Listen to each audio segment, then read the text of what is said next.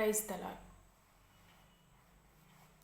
ఈరోజు మళ్ళీ మీ ముందుకు రావడానికి నేను ఎంతగానో సంతోషిస్తున్నాను.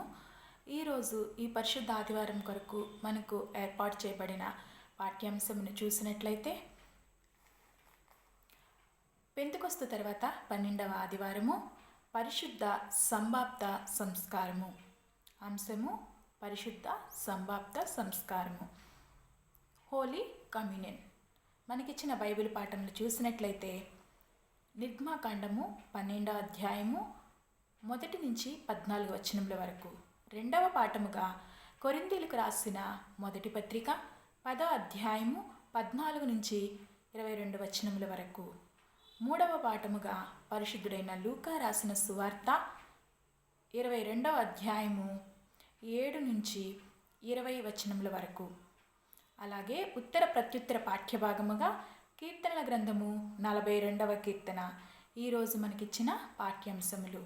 అయితే 2 వచనములు మనము చదువుకుందాము. పరిశుద్ధుడైన లూకా రాసిన సువార్త 22వ అధ్యాయము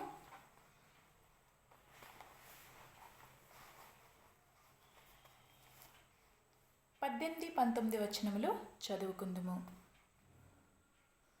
ఇక మీదట దేవుని రాజ్యము వచ్చే వరకు నేను ద్రాక్షారసము త్రాగనని మీతో చెప్పుచున్నాను అనెను. పిమ్మట ఆయన ఒక రొట్టె పట్టుకుని కృతజ్ఞతాస్తుతులు చెల్లించి దానిని విరిచి వారికిచ్చి, ఇది మీ కొరకు ఇయ్యబడుచున్న నా శరీరము, నన్ను జ్ఞాపకం చేసుకున్నటకు దీనిని చేయుడని చెప్పెను. దేవుని వాక్యం దీవించునుగాక. ప్రార్థన చేసుకుందాం. మహోన్నతుడును మహాగణుడను సకల ఆశీర్వాదాలకు కారణభూతుడైన తండ్రి, పరిశుద్ధాత్మదేవ, దయగల దేవ, కృపగల దేవ, నీ బంగారు పాదములకు స్తోత్రములు తండ్రి.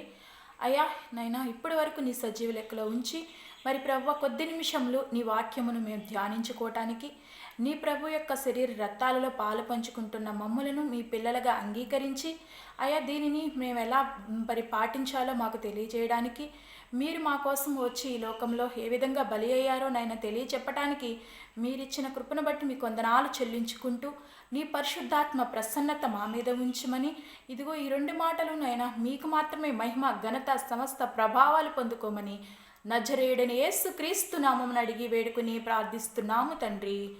Amen, amen, amen. పరిశుద్ధ గ్రంథంలో లూకా సువార్త 22వ అధ్యాయము 18-19 వచనాలు మనము చదవగా వినియున్నాము. ఇక్కడ చూసినట్లయితే యేసుక్రీస్తు ప్రభువారు మరి ఇక్కడ శిష్యులకు ఏమిస్తున్నారంటే థ్యాంక్స్ గివింగ్ పార్టీ అనేది ఇస్తున్నారు. థ్యాంక్స్ గివింగ్ అంటే చివరి రాత్రి మరి కృతజ్ఞతాస్తుతులతో యేసుక్రీస్తు ప్రభువారు తన శిష్యులకు మరి ఇది ఇవ్వటం మనము చూస్తూ ఉన్నాము.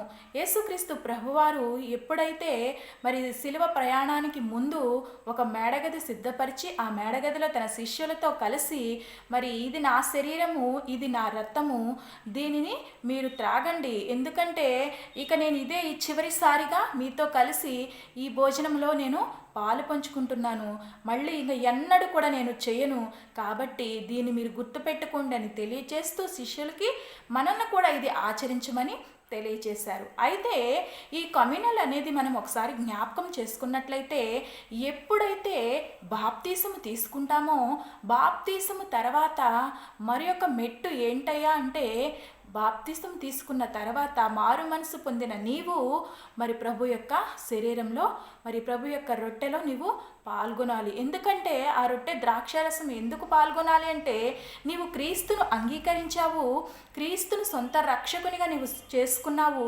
క్రీస్తు కొరకు జీవిస్తానని ఒక ప్రమాణం చేసుకుని నీవు బాప్తిసం తీసుకున్న నీవు ప్రభు యొక్క సువార్తలో పాలిభాగస్తులుగా ఉండాలి అంటే నీవు ఏం చేయాలంటే ప్రతి దినము మరి ప్రతి దినమనే కానీ ప్రతి వారమనే కానీ లేదంటే నెలలో ఒక్కసారైనా సరే క్రీస్తు యొక్క శరీరాలలో మనము పాలు పొందేవారిలా ఉండాలి అని మరి మనకి బైబిల్ గ్రంథంలో రాయబడి ఉంది.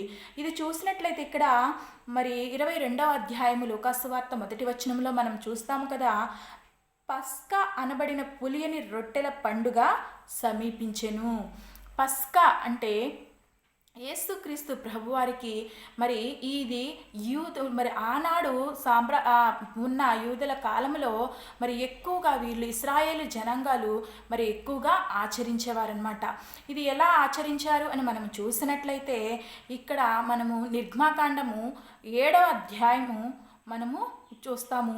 తర్వాత నిర్గమాకాండము మనకి 12వ అధ్యాయము మొదటి నుంచి కూడా మనం చూసినట్లయితే ఇక్కడ యేసుక్రీస్తు ప్రభువారి యొక్క మరి నిర్గమముకు మరి కారణము ముందుగానే ఒక సూచన అనేది మరి రాకకు ముందుగానే ఇక్కడ ఒక సూచన జరిగినట్లు యెహోవా దేవుడు చూపించాడనమాట. ఇశ్రాయేలీల ప్రజలు ఫరో దగ్గర ఉన్నప్పుడు ఫరో చేతి కింద మరి వీళ్ళు ఎంతగానో బానిసత్వంలో మునిగిపోతున్న సమయంలో ఇశ్రాయేలు జనాంగము యెహోవాకు మొర్ర పెట్టినప్పుడు ఆ మొర్ర అయిన యెహోవా దేవుడు మరి అనేకమైన ప్రవర్తనలు పంపించి ఇశ్రాయేలు జనాంగాన్ని విడిపించటానికి ప్రయత్నం చేసే సమయంలో మోషే ఐగుప్తు దేశంలో 10 తెగుళ్ళనేవి పంపించడం చూస్తూ ఉంటాము. యెహోవా దేవుడు ఇచ్చిన మరి 10 తెగుళ్ళలో 9 తెగుళ్ళు కూడా వాళ్ళు మరి ఫరో హృదయం కఠినమైపోతుంది, పంపించడానికి ఇశ్రాయేలు జనాంగానికి ఒప్పుకోడు. అయితే 10వ తెగులుకి వచ్చినప్పుడు ఇశ్రాయేలీలకి కూడా ఒక కండిషన్ అనేది యెహోవా దేవుడు పెట్టినట్లు మనము చూస్తాము. ఒక షరతు పెట్టారు. అక్కడ ఏంటంటే 10వ తెగులు ఇది భయంకరమైన తెగులు, ఇది భరించలేని తెగులు కాబట్టి నా పిల్లలకి ఐగుప్తు జన్ములైన మరి వారికి కూడా తేడా ఉండాలి కాబట్టే అని ఆయన ఒక సూచన అనేది జరిగించినట్లు మనము చూస్తూ ఉంటాము. ఏంటంటే ఆ సూచన మరి ఒక 10 రోజులైతే ఒక మేకపిల్లను తీసుకుని వచ్చి 10 రోజులు ఇంట్లో పెట్టుకుని 14వ రోజు మీరు ఏం చేయాలంటే దాని రక్తము మరి చక్కగా నీళ్ళను ఒలికించకుండా ఒక ప్లేటులో మీరు దాన్ని చిందించి ఆ రక్తాన్ని తీసి గుమ్మం యొక్క ద్వార బంధకాలకు మీరు రాసి మిగిలినది దాని మాంసమును మీరు వండుకుని ఎలా తినాలి అంటే మరి కర్ర పట్టుకుని చెప్పులు తొడుక్కుని దుస్తులు తొడుక్కుని త్వరగా దానిని తినాలి, ఎలా పులియకుండానే మీరు తినాలి అని యెహోవా దేవుడు ఆనాడు మరి ఐగుప్తిలో ఉన్న ఇశ్రాయేలు జనాంగానికి మరి ఇచ్చిన ఆజ్ఞగా మనము చూస్తూ ఉంటాము. అయితే ఆ ఇశ్రాయేలు జనాంగం కూడా ఏం చేశారంటే అదే విధముగా మరి చేసినప్పుడు సంహారపు దూత వచ్చి మరి అందరినీ మరి ప్రతి ఒక్క కుటుంబంలో ఉన్న మొదటి సంతానమైన జ్యేష్ఠ కుమారుల్ని చంపుకుంటూ వెళుతున్న సమయంలో మరి ఐగుప్తీలైన పని పిల్లల మొదలుకుని ఐగుప్తి రాజు యొక్క ప్రతి ఒక్క కుమారుడికి కూడా మరి చనిపోయినట్లు. కానీ ఇశ్రాయేలీల జనాంగం మాత్రం ఎవరైతే ద్వారబంధకాలకి గొర్రెపిల్ల యొక్క రక్తాన్ని మరి రాశారో వారు మాత్రమే రక్షింపబడినట్లు మనము చూస్తూ ఉంటాము. ఈ నిర్గమాకాండము మరి చూసినట్లయితే అదేవిధంగా 27వ అధ్యాయంలో కూడా మనము చూస్తూ ఉంటాము. మరి యేసుక్రీస్తు ప్రభు రాకకు గురించే ఇది ఒక నిర్గమముగా మనకి ముందుగానే ఏర్పరిచినట్లు మనము చూస్తాము. ఇక్కడ గొర్రెపిల్ల ఎవరయ్యా అంటే ఈ కొత్త నిబంధనలో క్రీస్తు ప్రభువారు గొర్రె పిల్లగా మనకు వచ్చారు. మన పాపముల నిమిత్తము ఆయన గొర్రె పిల్లగా వచ్చి ఆయన రక్తములోనే మనకి విడుదల, మన పాపములకు విడుదల దొరుకుతుందని గ్రహించి మనందరి పాప విడుదల కొరకు ఆయన ఒక్కసారే మరణం పొందాడంట, ఒక్కసారే బలి అయ్యాడంట. ఆ ఒక్కసారి బలి అయింది ఎందుకయ్యా అంటే నా పాపముల నిమిత్తము ఆయన చనిపోయాడు అని మరి ముందుగానే ఒక నిర్గమం అనేది మరి పాత నిబంధన గ్రంథంలో మనము చూస్తూ ఉంటాము. ఇప్పుడు కూడా మనం చూసినట్లయితే అనేక సమయాలలో చాలామంది ఈ రొట్టె ద్రాక్షారసం తీసుకోవడానికి ఒక అలవాటుగా, ఒక ప్రసాదం లాగా, ఏదో ఒక విషయాల్లో లాగా మరి తీసేసుకుంటూ ఉంటారు. అనాలోచితంగా తీసుకోకూడదంట. ఇది ఎలా తీసుకోవాలో తెలుసా? మరి ఎలా తీసుకోవాలని తెలియచేస్తున్నారంటే మరి కొరింథీయులకు రాసిన పత్రికలో మనం చూస్తూ ఉంటాం కదా. ఎలా తీసుకోవాలయ్యా అంటే కొరింథీయులకు రాసిన మొదటి పత్రిక 11వ అధ్యాయము 27 నుంచి 31 వచనాలు మనం అక్కడ చూసుకున్నట్లయితే ఎలా తీసుకోవాలంటే అయోగ్యంగా తీసుకోకూడదు. మిమ్మల్ని మీరు పరీక్షించుకుని ఈ ద్రొట్టె ద్రాక్షారసంలో ఆ బల్లలో మీరు పాలు పొందాలి. మరి యుగ్ క్రైస్ట్ అని మరి ఈ థ్యాంక్స్ గివింగ్ మరి పార్టీని మరి అనేక మంది అనేక రకాలుగా చెప్పుకుంటూ ఉంటారు. కానీ ఇది తీసుకునేటప్పుడు పవిత్రంగా తీసుకోవాలంట. మరి మనల్ని స్వపరీక్ష చేసుకుని మనలో ఉన్న ఏమైనా చెడు ఉంటే ఆ చెడును తొలగించుకుని అప్పుడు మీరు మరి ఇది ప్రభు యొక్క బల్లారాధనలో పాల్గొనాలి అని తెలియపరుస్తున్నారు. ఎవరైతే అనారోగ్యంగా అనాలోచితంగా మరి అయోగ్యంగా తీసుకున్నారో వారందరూ ఏమయ్యారయ్య అంటే మరి ఏం లేదంటండి, వారందరూ కూడా చాలామంది అయోగ్యంగా తీసుకున్న వాళ్ళు ఏమయ్యారంటే అనేకులు బలహీనులు అయిపోయారంట, కొంతమంది అయితే రోగులైపోయారంట, కొంతమంది అయితే నిద్రించారంట. చూసారా, ప్రభు యొక్క శరీర రక్తాల్లో నీవు పాలు పొందేటప్పుడు నిజమైన రక్షకుడు నా కొరకు చనిపోయాడు, నిజమైన రక్షకుడు నా కొరకు వస్తున్నాడు కాబట్టి ఆయన మరణమును నేను ప్రచురం చేయడానికి దీనికి నేను ప్రభు బల్లలో పాల్గొవాలి అని అనుకున్నారంట. మరి నిజంగా యేసుక్రీస్తు ప్రభువారు మరి చనిపోయే చివరి రోజుల్లో పస్కా అనే పండుగ సమయంలో యూదులకు ఒక కట్టడి ఉంది. ఆనాడు రోమన్ సామ్రాజ్యంలో ఎవరైతే మరి బందీగా ఖైదీలుగా ఉంటారో అలాంటి వారిని ఈ పండుగ సమయంలో విడుదల చేయటం మరి జరుగుతూ ఉంటుంది. మంచి ప్రవర్తన కలిగిన వారిని విడుదల చేయటం జరుగుతూ ఉంటుంది. అప్పుడు రాజు దగ్గరికి యేసుక్రీస్తు ప్రభువారిని తీసుకుని వెళ్ళి యేసుక్రీస్తు ప్రభువాన్ని సిలువ వేయండి అని అనినప్పుడు మరి రాజు అంటాడు కదా, ఈయన యందు నాకు ఏ తప్పిదము కనిపించలేదు కదా, ఈయనని శిక్షించి వదిలేస్తా మీకోసము అనినప్పుడు ప్రజలు అలా ఊరుకోలేదు. లేదు ఈయన సిలువ వేయాల్సిందే, మాకు ఒక బందిపోటు దొంగ అయిన బరబ్బాని విడుదల చేయండి, కానీ ఈ క్రీస్తును మాత్రము సిలువ వేయండి అని మరి కేకలు వేసినప్పుడు వాళ్ళ కేకలే గెలిచాయంట. రాజు కూడా చేతులు కడుక్కున్నట్లు మనము చూస్తూ ఉంటాము. అప్పుడు ఈ చనిపోయిన యేసుక్రీస్తు ప్రభువారు తర్వాత ఆయన తిరిగి లేచిన తర్వాత మరి అపోస్తల కార్యముల గ్రంథము 2వ అధ్యాయంలో మరి శిష్యులందరూ కూడా మేడగదిలో ఉండి ప్రార్థన చేస్తున్నప్పుడు అది పెంతుకొస్తు పండగ దినమంట. ఆ పెంతుకొస్తు పండగ దినము రోజు యేసుక్రీస్తు ప్రభువారు మరి వారికి పరిశుద్ధాత్మ అనుగ్రహించి వారు మాట్లాడే మాటలు అగ్ని జ్వాలల వలె మరి వారు మాట్లాడుతున్న మాటలు మరి ఎలా ఉన్నాయి అంటే పరిశుద్ధాత్మ ఆవరించి వారు మాట్లాడుతున్నారంట. అప్పుడు పేతురు ప్రసంగించినప్పుడంట 3000 మంది మరి మారు మనసు పొంది బాప్తీసము తీసుకుని మరి ప్రభు యొక్క మరి శరీర రక్తాలలో పాలు పంచుకున్నట్లు మనము అపోస్తల కార్యముల గ్రంథము 2వ అధ్యాయము 39 నుంచి 40 వచనాల వరకు మనము చూస్తూ ఉంటాము. అక్కడ వాళ్ళు రొట్టె విరిచిన తర్వాతంట ఆ రొట్టె విరిచి మరి వారు రోజు కూడా ఇంటింటా రొట్టె విరిచేవాళ్ళంట. రోజు మరి సమిష్టిగా ఉన్నవారంట, ఏకంగా ఉన్నారంట. ఈ రోజుల్లో కూడా అందుకే దేవుడు చెప్పాడు కదా, మీరు ఏకముగా మరి ఒక్క రొట్టెనే మీరు విరవాలి. అదే మరి మనం చూసుకుంటాము కొరింథీయులకు రాసిన 10వ అధ్యాయము 16-17 వచనాలు చూసినట్లయితే, మనము దీవించు ఆశీర్వచనపు పాత్రలోనిది త్రాగుట క్రీస్తు శరీరంలో పాలు పంచుకునుటయే కదా, మనము విరుచు రొట్టె తినుట క్రీస్తు శరీరంలో పాలు పంచుకునుటయే కదా, మన అందరము ఒకటే రొట్టెలో పాలు పంచుకునిచున్నాము, రొట్టె ఒకటే కనుక అనేకులమైన మనము ఒక్క శరీరమై ఉన్నాము. చూసారండి, రొట్టె ఒకటే కానీ దాన్ని మనమందరం ఏం చేస్తున్నా విరిచి మరి దేవుని దగ్గర, అయ్యా ఇదిగో మా మనసుని నీ దగ్గర పెడుతున్నాము, మేము విరిగి నలిగిన హృదయంతో నిన్ను ఆరాధిస్తున్నాము, విరిగి నలిగిన మనసుతో నీ దగ్గరికి వచ్చి ఉన్నాము, విరిగి నలిగిన నాయన హృదయంతో నేను ఉన్నవారిని నీవు అలక్ష్యం చేయవు కదా ప్రభువా, నిన్ను మేము తినుచుండగా మేమందరము వేరైనప్పటికీ కూడా ఒక్కటిగా ఉంటున్నాము, ఒక్కటే మేమంతా శరీరమై ఉన్నాము. ఎన్ని అవయవాలు, ముక్కు, చెవులు, కళ్ళు ఇవన్నీ వేరువేరు అయినప్పటికీ కూడా మన శరీరంలో ఒక భాగమే.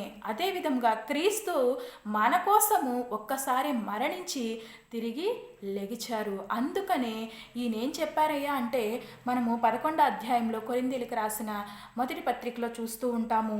మరి ఇక్కడ చూసినట్లయితే 25వ వచనంలో చూసినట్లయితే, ఆ ప్రకారమే భోజనమైన పిమ్మట ఆయన పాత్రను ఎత్తుకుని, ఈ పాత్ర నా రక్తము వలన అయిన క్రొత్త నిబంధన, దీనిలో ఇది మీరు త్రాగినప్పుడల్లా నన్ను జ్ఞాపకం చేసుకున్నటకై దీనిని చేయుడి. ఏం చెప్పారండి? నన్ను జ్ఞాపకం చేసుకోవడానికి మీరు ఎప్పుడైతే ప్రభు యొక్క శరీర రక్తాలలో దగ్గరికి వెళ్ళి తీసుకుంటున్నారో అప్పుడు మనం ఏం చేసుకోవాలంటండి?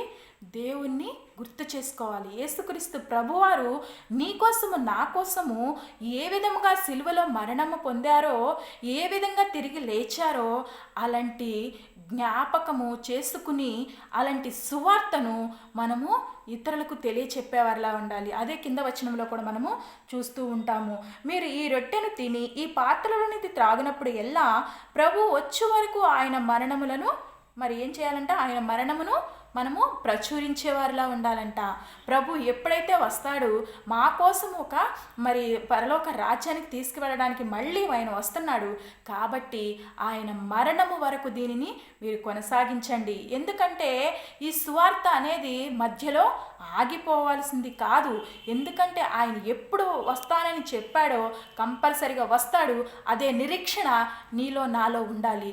ఆ నిరీక్షణ కలిగి ఉన్నప్పుడు క్రీస్తు యొక్క శరీర రక్తాల్లో మనం పాలు పంచుకుంటున్నప్పుడల్లా క్రీస్తు నా కోసం నీ కోసం చనిపోయాడు, ఈ సువార్తను 10 మందికి మనం తెలియచేయాలి, ఆయన మళ్ళీ వస్తాడు, మళ్ళీ తీసుకుని వెళతాడు అనే నిరీక్షణ మరి ప్రభు యొక్క శరీర రక్తాలలో పాలు పంచుకుంటున్న నీకైనా నాకైనా ఉండాలి. ఎందుకంటే అదే తెలియచెప్పారు కదా, ఆయనను మరణము గురించి అంట మనం ఏం చేయాలంట? ప్రచురించాలంట. ఆయన మరణము గురించి ప్రచురించండి. ఇది రొట్టె ద్రాక్షారసం తీసుకోవడం అంటే మరి ఏదో ఒక ప్రసాదం లాగా తీసేసుకోవడం కాదు, కానీ ఏదో ఆనవాయితీగా తీసేసుకోవడం కాదు, కానీ ఏ దుస్తులు వేసుకుని తీసేసుకోవడం కాదు, కానీ దేవుడు చెప్పాడు కదా, విరిగి నలిగిన హృదయాన్ని నేను దృష్టించుతానని చెప్పాడు. అందుకనే మరి విరిగి నలిగిన హృదయాన్ని నేను అలక్ష్యం చేయనన్నాడు. యేసుక్రీస్తు ప్రభువారు కూడా ఒక రొట్టెని పట్టుకుని దానిని కృతజ్ఞతాస్తుతులు చెల్లించి విరిచి మరి ఇచ్చారంట. చూసారా? విరవకుండా ఇచ్చేయచ్చు కదా, కానీ విరిచి ఇచ్చడంలో మరి చూడండి ఎంత ఆశీర్వాదం ఉన్నదో. ఎందుకంటే విరవాలి.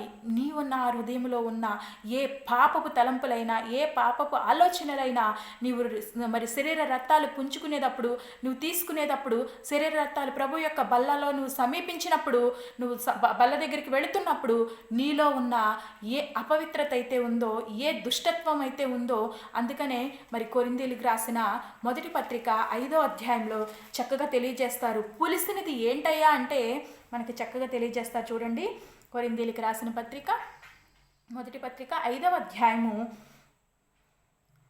7వ వచనం చూద్దామండి. మీరు పులిపిండి లేనివారు కనుక క్రొత్త ముద్ద అవుటకై ఆ పాతదైన పులిపిండిని తీసి పారవేయుడి. అంతేకాక క్రీస్తు అను మన పస్కా పశువును వధించబడెను కనుక పాతదైన పులిపిండితోనైనను దుర్మార్గతయు దుష్టత్వమును పులిపిండితోనైనను కాకుండా నిష్కపటమును సత్యమును పులియని రొట్టెతో పండుగ ఆచరింపవలెను. చూసారండి, ఇక్కడ పులిసింది ఏంటంటండి? చూసాంగా మనం చదువుకున్న దాంట్లో పులిసినది దుర్మార్గత, దుష్టత్వము. అంటే ఇక్కడ చక్కగా కొరింథీ సంఘానికి అపోస్తుడైన పౌలు భలే రాస్తున్నారు. ఏంటంటే మీలో ఏమన్నా ఉన్నాయా కొరింథీ సంఘమా? పులిసిపోయిన మరి స్వభావం అంటే నీలో అహంభావమే కానీ, గర్వమే కానీ, అసూయే కానీ, ద్వేషమే కానీ, కలహములే కానీ, మరి నోటిలో మరి విగ్రహారాధనే కానీ ఏదైతే మీలో ఉందో అవి మీరు తీసేసుకున్న తర్వాతే ప్రభు దగ్గరికి మీరు వచ్చి ప్రభు యొక్క శరీరంలో పాలు పంచుకోండి. అంటే ప్రభు యొక్క బల్లలో పాలు పంచుకునేటప్పుడు క్రీస్తును మనము ధరించుకునే వారిలా ఉండాలి. అలా ఉన్నప్పుడు మాత్రమే మనము ఏమవుతామంటే క్రీస్తుకు అంగీకరించబడిన బిడ్డలుగా ఉంటాము. నీలో ఉన్న ఏదైతే ఉందో చెడునంతా తీసివేసి మరి మనం ఎలా ఉండాలంట? మరి నిష్కపటముగా ఉండాలి. అంటే నీలో కపటం అనేది ఉండకూడదు. అందుకే కపటం లేనివాడు ధన్యుడు అని కీర్తన గ్రంథంలో మనము చూస్తాము. ఎప్పుడు ధన్యంగా ఉంటాము అంటే మనము కపటం అనేది మనలో ఉండకూడదు. అందుకే నిష్కపటముగా మీరు ఉండండి. నిష్కపటములుగా ఉండి సత్యముని మాత్రమే మీరు మరి పాటించండి. ఆ సత్యము ఎవరయ్యా అంటే క్రీస్తు ప్రభువారు. ఆ సత్యముని మీరు ఎప్పుడైతే పాటిస్తారో, ఆ సత్యముని మీరు ఎప్పుడైతే అంగీకరిస్తారో, ఆ సత్యవంతుని గురించి మీరు ఎప్పుడైతే సాక్ష్యము చెబుతారో, ఆ సత్యవంతుని గురించి ఎప్పుడైతే మీరు ప్రచారం చేస్తారో, ఎప్పుడైతే సత్యమైన మాటలు మీ నోటి నుంచి వస్తాయో అప్పుడే క్రీస్తు ప్రభువుని నీవు మరణ పునరుద్ధానం గురించి చెప్పటానికి ఒక అర్హురాలుగా నీవు ఉంటావు. క్రీస్తు కూడా నిన్ను అంగీకరిస్తారు అని మనకి ఇవ్వబడిన అంశము. చాలామంది రొట్టె ద్రాక్షరసం తీసుకుంటారు కానీ మరి నోటి నిండా ఎన్నో మాటలు వస్తాయి, హృదయము నిండా ఎన్నో పాపములతో, తలంపులతో, ఆలోచనలతో, చెడ్డ వాటితో ఉంటూ నడుస్తూ పైకి పరిశుద్ధతలా కనిపించవచ్చు కానీ లోపలంతా కూడా చెడు స్వభావము, కంపు కొట్టే స్వభావం ఉండి క్రీస్తుని నీవు కలిగి ఉంటే అది వ్యర్థము. కాబట్టి ఆయన ఒక రొట్టెను తీసుకుని కృతజ్ఞతాస్తుతులు చెల్లించి విరిచాడు. అంటే విరిచినప్పుడు మనలో ఉన్న ప్రతి ఒక్క పాపం అనేది బయటికి పోయిద్ది. అంటే నీవు కూడా క్రీస్తు దగ్గరికి వచ్చినప్పుడు విరిగి నలిగిన హృదయముతో వచ్చి నిన్ను నీవు పరీక్షించుకుని నిన్ను నీవు దేవునికి సమర్పించుకోవాలి. ఆ విధంగా అబ్రహాము కూడా మనం చూసినట్లయితే ఆదికాండము 14వ అధ్యాయంలో చూస్తాము.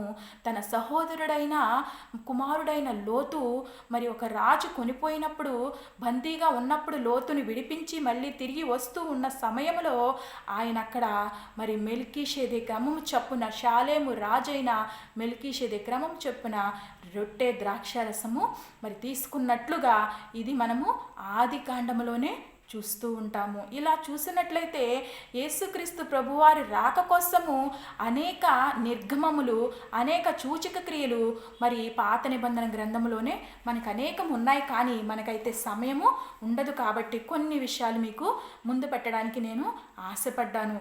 అయితే మనం ఎప్పుడైనా సరే యేసుక్రీస్తు ప్రభువారి రాకను గురించి మోషే ధర్మశాస్త్ర గ్రంథాలలో ఎక్కువగా నిర్గమకాండము, లేవియ కాండము కూడా మనము చూస్తూ ఉంటాము. లేవియ కాండంలో కూడా ఈ పులియని రొట్టెల పండుగ గురించి 23వ అధ్యాయంలో మనము చూస్తూ ఉంటాము. అదేవిధంగా నిర్గమకాండంలో కూడా మనము చూస్తూ ఉంటాము. అక్కడ కూడా ఏం చేస్తారంటే ఎవరైతే క్రీస్తును అంగీకరించారో ఎవరైతే క్రీస్తు కొరకు పాటుపడాలనుకుంటున్నారో దానికి సాదృశ్యంగా అక్కడ నిర్గమకాండం 27వ అధ్యాయంలో చూస్తూ ఉంటాము. ఏంటంటే ఎవరైతే సున్నతి లేకుండా, అంటే క్రీస్తును అంగీకరించిన వారు ఎవరైతే ఉంటారో అలాంటి వారందరూ కూడా క్రీస్తుకు హక్కుదారులు కారు. క్రీస్తు వారిని దగ్గరికి చేర్చుకోరు. ఎప్పుడైతే నువ్వు సున్నతి కలిగి వెండితో కొనబడిన వెండి అంటే ఎవరైతే ఆనాడు కాలంలో బానిసలుగా ఉన్నప్పుడు వెండిని ఇచ్చి కొనేవాళ్ళంటండి. వెండిని ఇచ్చి వారికి బానిసత్వంగా అమ్మేసేవాళ్ళంట.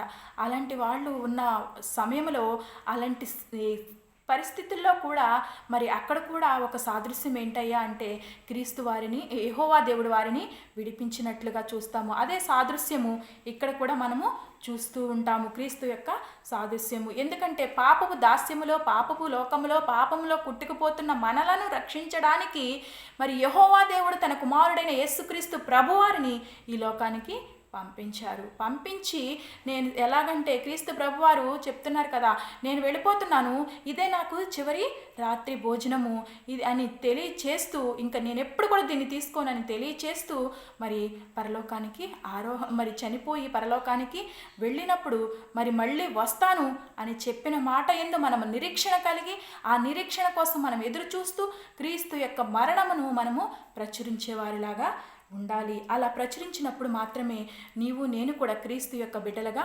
ఉంటాము. అలా చూసుకున్నట్లయితే అనేక రిఫరెన్స్లు మనకు ఉన్నాయి. కానీ మనలో ఉన్న చెడునంతా మనం విసర్జించి మనలో ఉన్న ఏమైతే మనకి క్రీస్తుకు విరోధంగా మనం జీవిస్తున్నామో అవన్నీ తొలగించుకుని క్రీస్తు నా కోసం నీ కోసం చనిపోయాడని తెలుసుకుని ఈ యొక్క సువార్తను 10 మందికి మనము తెలియజేసేవారిలాగా ఉండాలి.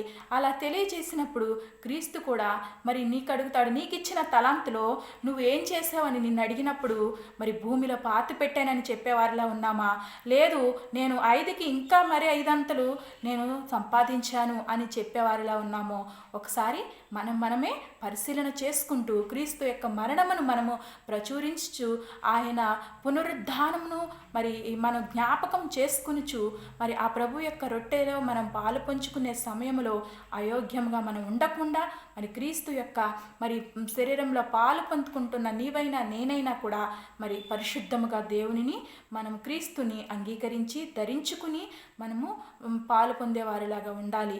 ఎందుకంటే మరి ఒక మాట మీకు తెలియజేయాలని ఆశపడుతున్నాను. ఇప్పుడు నీకు ఆకలేస్తుంది అనుకోండి, నీకైనా నాకైనా ఆకలేస్తుంది. ఆకలేసినప్పుడు ఒక రొట్టెని తెచ్చుకుని మనం ముందు పెట్టుకున్నాము.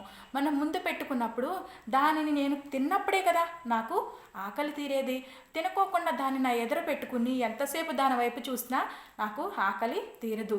ఎందుకంటే నా నోటితో తిన్నప్పుడు మాత్రమే నా ఆకలి తీరుద్ది. మరి తినకోకుండా దాన్ని ఎదురుగా పెట్టుకుంటే నా ఆకలి తీరదు కదా. మరి క్రీస్తు యొక్క మాటలు కూడా మనం ఏం చేయాలి అంటే, నీ ముందు ఎన్ని ఉన్నా సరే నీవు దానిని క్రీస్తుని అంగీకరించి క్రీస్తుని సొంత రక్షకునిగా నీవు కలిగి ఉన్నప్పుడు మాత్రమే నీవు క్రీస్తు యొక్క మరి ప్రభు యొక్క శరీర రక్తాలలో పాలు పంచుకుంటున్న నీవు కూడా దేవునికి పిల్లలుగా ఉండడానికి హక్కుదారులవుతావు. ఇతరులకి సువార్త చెప్పడానికి దేవుడు కూడా నిన్ను ఎన్నుకుంటున్న సమయంలో నువ్వు ఆ సమయాన్ని నువ్వు దొంగిలించేసి వేరే పని విషయాల్లో వేరే పనులకి నువ్వు ఉపయోగిస్తే దేవునికి మరి మనము లెక్క అప్పచెప్పుకోవాలి. కాబట్టి నీకు ఇచ్చిన సమయం కొద్దిగైనా సరే సువార్త చెప్పడానికి, క్రీస్తు యొక్క మరణ పునరుద్ధానాల గురించి చెప్పటానికి ప్రభు యొక్క శరీర రక్తాలను మనము జ్ఞాపకార్థముగా మరి తీసుకుంటున్నాము. కాబట్టి అది చెయ్యాలి. ఎందుకంటే ఇది చెయ్యాలా అని చాలామంది అంటూ ఉంటారు.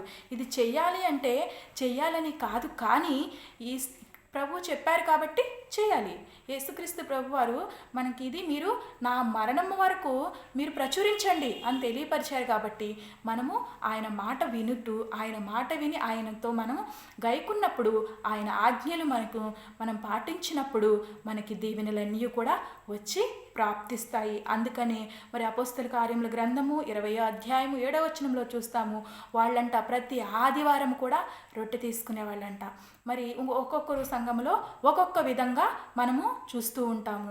నిజంగా చూసినట్లయితే కొంతమందికి కొన్ని విధాలుగా కొన్ని సంఘాలలో వారికి కుదిరిన ప్రకారము ఇస్తూ ఉంటారు. కానీ ఎప్పుడు ఇచ్చినా సరే ప్రభు యొక్క శరీరంలో మనము పాలు పొందుకున్నప్పుడల్లా కూడా మనలో ఉన్న కళంకాలన్నీ తుడిచిపెట్టుకుని మనలో ఉన్న వేషధారణంతా తీసివేసి క్రీస్తు యొక్క మరి శరీర రక్తాలు పొందుకుంటున్న మనము క్రీస్తుని జ్ఞాపకం చేసుకుని ఆ సువార్తను ఇతరులకు ప్రకటించే వారిలా ఉన్నప్పుడు మాత్రమే క్రీస్తు నీయందు నాయందు కూడా సంతోషించడానికి మరి ఆనందించే దేవుడై ఉన్నాడు.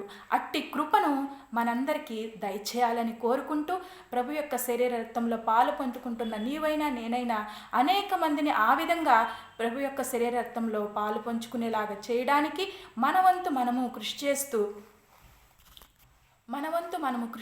ముందుకు సాగిపోవాలని కోరుకుంటూ, నజరేయుడైన యేసు కృప మనందరి మీద ఉండాలని కోరుకుంటూ, ఆయన మరణము మరి వరకు మనం నమ్మకంగా ఉన్నట్లుగానే ఆయన తిరిగి వస్తాడని ఒక నిరీక్షణ కలిగి ముందుకు సాగుతూ ఆయన కొరకు మనము మరి ఆయన సువార్తను వెదజల్లే బిడ్డలుగా ఉండాలని కోరుకుంటూ ఈ కొద్ది మాటలు ముగిస్తున్నాను. యేసుక్రీస్తు నామమున ఈ మాటలు పరిశుద్ధాత్మ దేవుడు మనకి సహాయం చేసినందుకు ఆ దేవాతి దేవునికే మహిమ ఘనత సమస్త ప్రభావములు కలుగునుగాక. ఆమేన్.